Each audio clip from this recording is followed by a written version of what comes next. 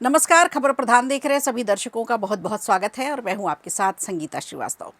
देखिए, राम मंदिर में चढ़ावे चोरी को लेकर ट्रस्ट के महासचिव रहे चंपत राय का बयान तो दर्ज किया जा चुका है। करीबियों की गिरफ्तारी के बाद अब अनिल मिश्रा और गोपाल राव की भी बारी जल्द आ सकती है।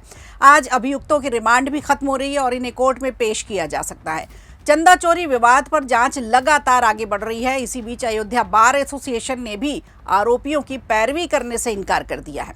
यानी आस्था से खिलवाड़ करने पर वकीलों ने बायकॉट कर दिया है।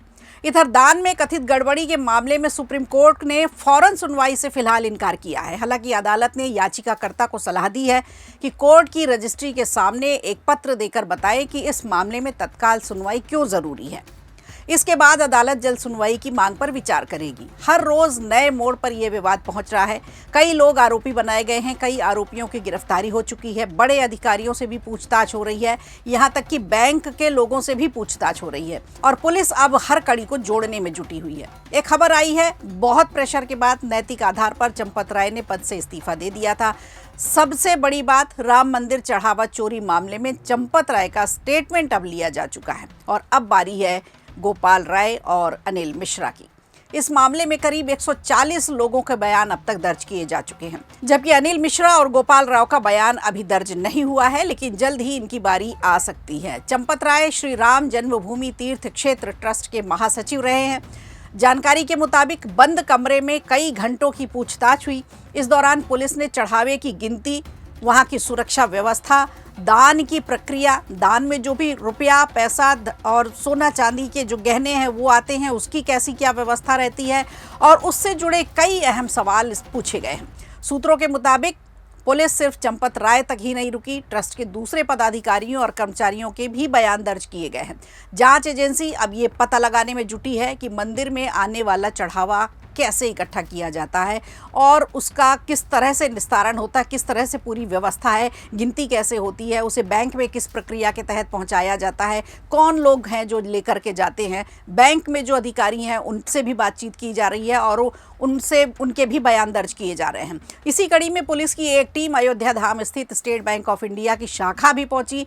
इस बैंक में राम मंदिर का खाता है। बैंक से जुड़े सारे दस्तावेज, जितने भी जरूरी दस्तावेज हैं, वो भी पुलिस ने खंगाले और अपने कब्जे में ले लिए हैं। बताया जा रहा है कि बैंक के 2 कर्मचारी आउटसोर्सिंग कर्मचारियों की निगरानी के लिए तैनात थे। गिरफ्तार आरोपियों में से 6 इसी बैंक की आउटसोर्सिंग के कर्मचारी रहे हैं। इनमें से अनुकल्प मिश्रा, लवकुश मिश्रा, मनीष यादव और रमा शंकर समेत अन्य लोग भी शामिल हैं। चढ़ावा चोरी का मामला सामने आने के बाद से ही ट्रस्ट के महासचिव चंपत राय और अनिल मिश्रा सवालों के घेरे में रहे हैं। बताया जा रहा है करीब 20 दिनों तक मामले में कोई बड़ी कार्रवाई नहीं की गई।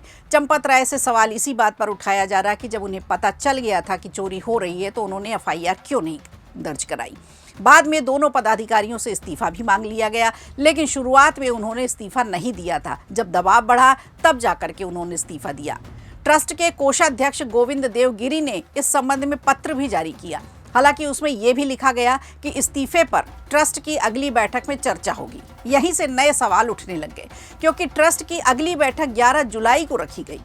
पहला मामला सामने आने के बाद किसी भी गड़बड़ी से इनकार किया गया। फिर काफ़ी समय बाद एसआईटी का गठन हुआ और लगभग 20 दिन के बाद एफआईआर दर्ज की गई। तो ये सब बातें जो हैं ये सवालों के घेरे में हैं और इसीलिए इन पर विवाद हो रहा है। इसके बाद से जिम्मेदार लोगों के इस्तीफे में भी देरी की गई, इसको लेकर के भी सवाल उठाया गया। अब इस्तीफों पर फैसला भी अगली बैठक के लिए टाल दिया गया है। जानकारी के लिए आपको बता दें, सीएम योगी आदित्यनाथ की सरकार ने इस मामले की जांच के लिए 3 सदस्यीय एसआईटी का गठन किया था और एसआईटी ने अपनी पूरी रिपोर्ट सीएम योगी सरकार को सौंप दी है। इस मामले में अब तक 8 लोगों को गिरफ्तार किया जा चुका है। पुलिस इस मामले में अब तक करीब 150 लोगों से पूछताछ कर चुकी है और इनकी जांच लगातार जारी है। हर एक बयान के मतलब निकाले जा रहे हैं। वहीं दूसरी तरफ इस मामले पर राजनीति भी तेज हो गई है। विपक्ष लगातार ट्रस्ट प्रबंधन और खास तौर पर चंपत राय की भूमिका पर सवाल उठा रहा है। समाजवादी पार्टी ने इस पूरे मामले की सुप्रीम कोर्ट की निगरानी में न्यायिक जांच की मांग की है। वहीं चंदा चोरी मामले की जांच की मांग वाली याचिका पर सुप्रीम कोर्ट ने तो जल्द सुनवाई करने से इनकार कर दिया है।